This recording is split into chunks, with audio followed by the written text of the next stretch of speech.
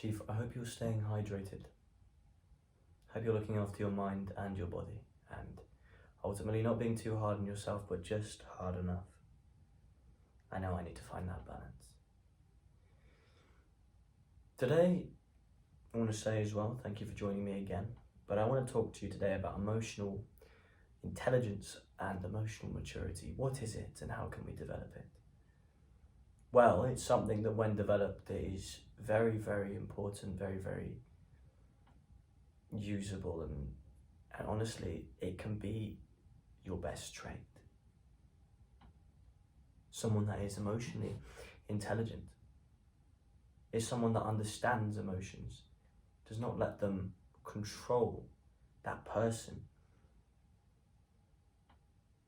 who doesn't shut them out, who doesn't discard emotions, but ultimately wouldn't rely on them to make choices unless it was the power behind a choice that came from pragmatism. Do you understand?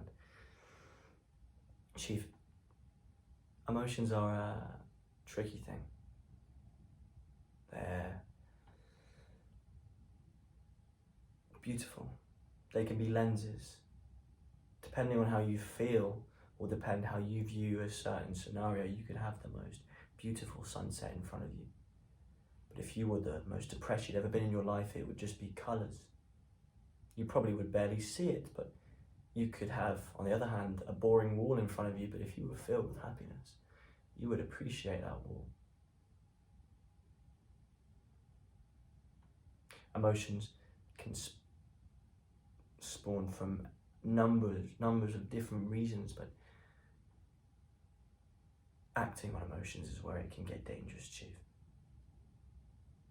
Emotional intelligence is knowing how to use pragmatism and stoicism. Two things that go hand in hand. And I've spoken about this on this channel many times.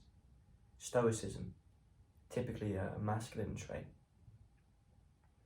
is not the act of repressing emotions. You feel the emotions to the fullest of their extent. You understand, you acknowledge these emotions, but externally none of it shows. What you do externally is not based on the emotions you are feeling.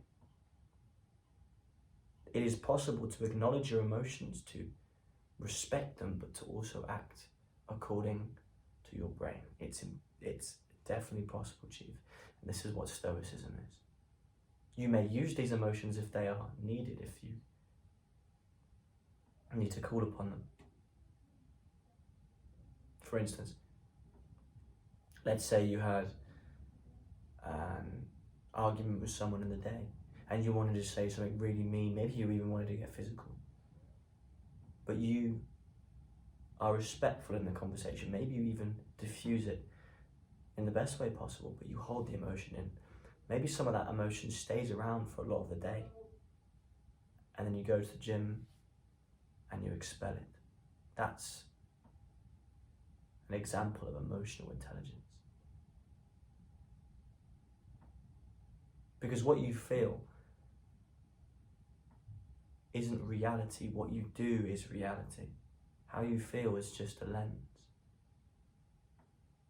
Now, how do we develop emotional intelligence?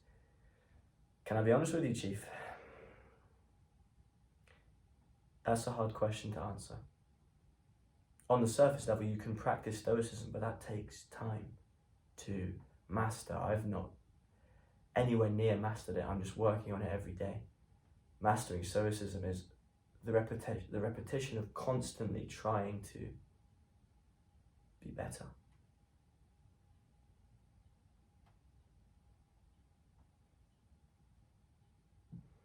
But to become emotionally intelligent, you just have to live.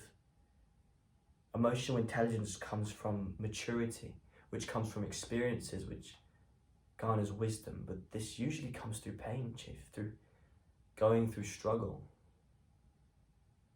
I can't really advise you how to be emotionally intelligent because you only really know if you are or if you're not. And if you don't think, if you're not emotionally intelligent, actually you could trick yourself to think you are, because stupid people think they're clever. That's a whole different thing. But to get emotional intelligence, you just have to go out there and try to be a good person, and then inevitably fail to be a good person, and learn how to be a good person through that failing. Understand? The only thing I'd advise you, Chief, is to work on stoicism. Work on controlling your emotions, not suppressing them. Work on stoicism, and just try and be a good person through that. And eventually, through wisdom, you will become emotionally intelligent. It starts with accepting that you always have room to grow. No matter how emotionally intelligent you feel, you are a human being. You can do wrong. You probably will. And if you have the power to just try and be better in the face of all that, then that's a step ahead of the rest. I really hope you're looking after yourself, Chief. I really hope you're doing well. See you again. Share this to someone if they need to see it, and say less, do more.